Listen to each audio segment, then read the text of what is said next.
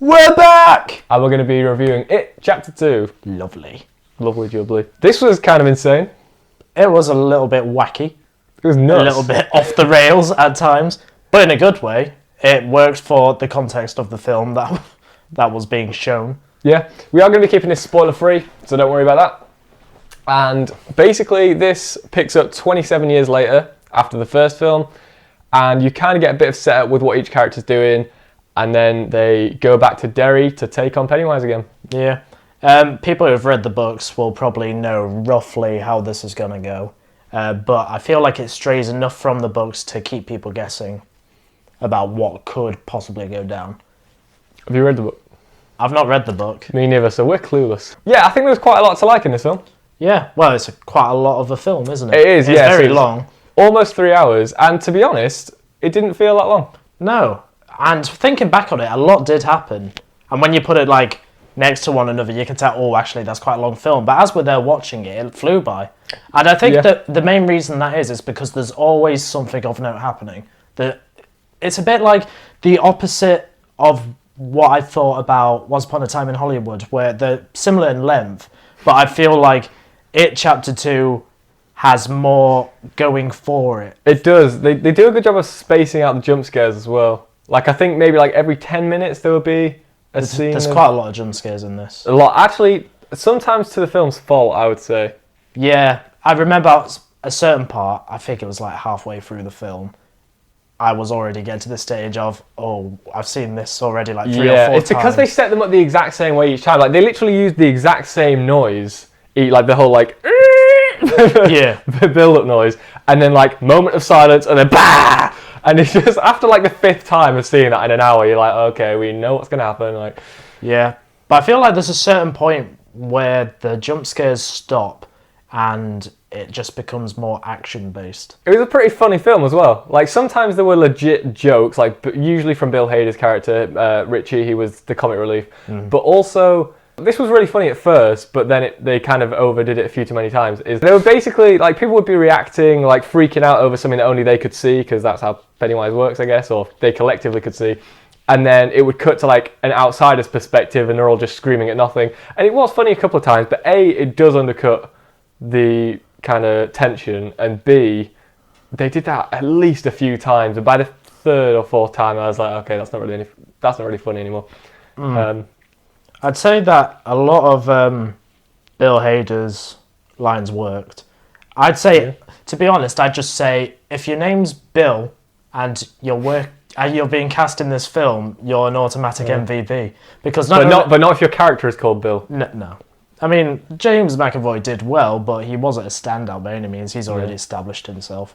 But yeah, Bill Hader was probably the star, and Bill Skarsgård as well as Pennywise. He just relished every moment he was on camera. Yeah, you can really tell when an actor's having fun with the performance, and it just shines through here. There's a lot more of him in this film than part 1 as well, so you get to like delve into his character. There is, and a lot of his scenes come in the form of flashbacks. Like, there's a lot of times where the adult version of the losers will be doing something, and there's usually like a cool, funky scene transition, and then suddenly they're kids again in that same place. There's a load of really neat transitions. Like, the camera work on this was very well done. It was. Sometimes it was a little contrived. Like, sometimes they didn't need to go. Like, sometimes they almost like went out of their way to be like, oh, cool scene transition. But generally they were good. Yeah. There were some really creative ones.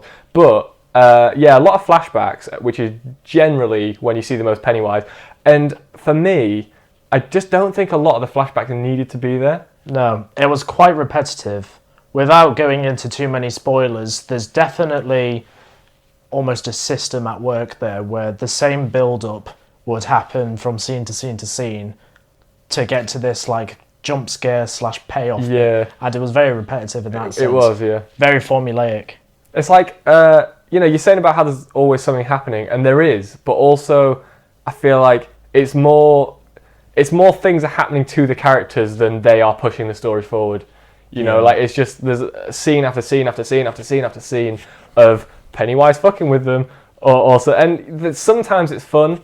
Well, most times it's fun. I'd say but it's not always all the times, yeah. But it's not always necessary, yeah. Yeah, and that's the thing with this film. I feel like it's unnecessarily long, but it's not long in a bad sense. It's just, you could have shorten this to be roughly the same length That's as the part thing. one, It and didn't- still have a very like fully functional film. Yeah, it didn't feel overlong. Like I never really sat there thinking, oh, I just wish this would end. But like if we're looking at it critically from what needed to be there, I think a lot could have been cut. But you know, when you've got a villain as, I don't know, Charismatic. fun, I guess, as Pennywise, I get that you want to make the most of it.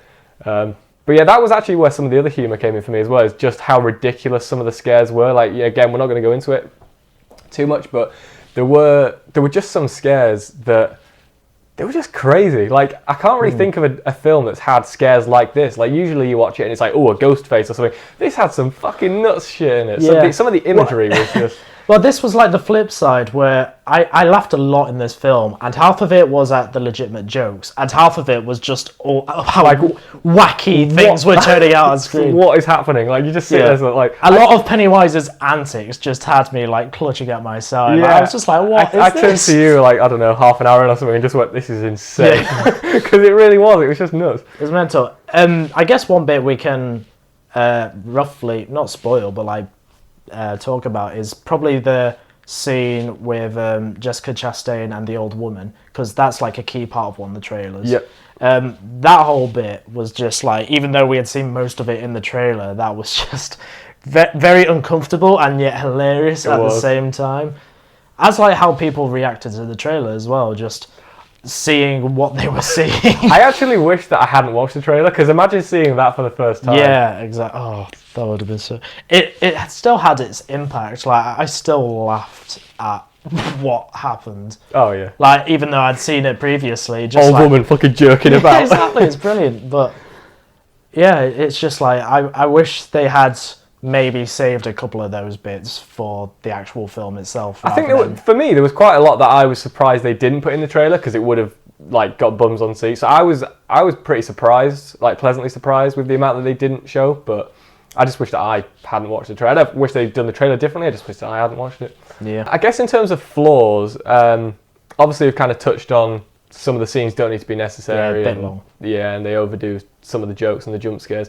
But more of like a nitpick for me is, at the beginning, the reason that the characters all get back together is because of a promise that they made 27 years ago. And, you know, they kind of have the debate moment where they don't want to do it, and then something kind of forces them to do it, and that bit, that's fine. But the initial, like, oh, we'll do it because we made a promise 27 years, I just feel like that's such a weak motivate. Like, you wouldn't fucking go back to your hometown where you could probably die because you made a promise to some people 27 years ago that you haven't kept in touch with since, would you? I would, because I'm a loyal bastard. He's not. But yeah, I don't know, I just felt like that was a slightly weak motivation for some of the characters. Oh, some of it definitely had plot armor to it, but when you're based off a book, you know, I feel like some bits in the book probably worked better than what was portrayed on screen. Yeah. But it wasn't performed badly, and there was enough motivation there for me to understand why they got back together. Something that I did like about this film as well was there'll be times where something looks like it's going to happen with Pennywise, and I remember thinking, but they won't actually go there though. They'll have to like pull it back because audiences might not agree with it or whatever. And then they did the thing, and I was like, pretty ballsy to do that. So okay, so out of 10, what would you give it? It's hard to say, because there's a lot of it I really liked, but it was a bit repetitive and a bit long. Yeah. But I'd say for the most part, I really enjoyed myself, so I'd probably give it an 8. An 8, nice. I'm thinking 7, maybe 7.5. Okay. The only thing, I can't see it having much rewatch value, just because A, the length, and B, jump scares when you know what happens and how they happen and when they happen, they don't really get you that much on repeat. So you prepare yourself a lot. Yeah, so I feel like I'm definitely more likely to watch to rewatch Part the first one. 1 is definitely more rewatchable.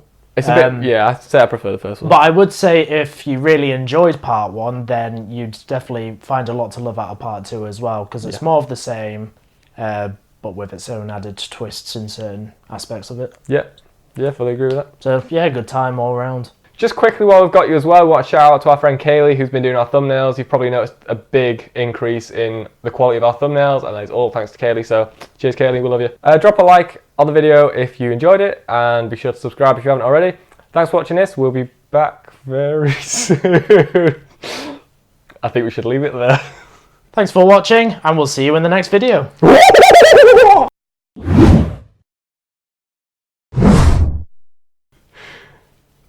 Don't turn to me really slowly. I'll look away.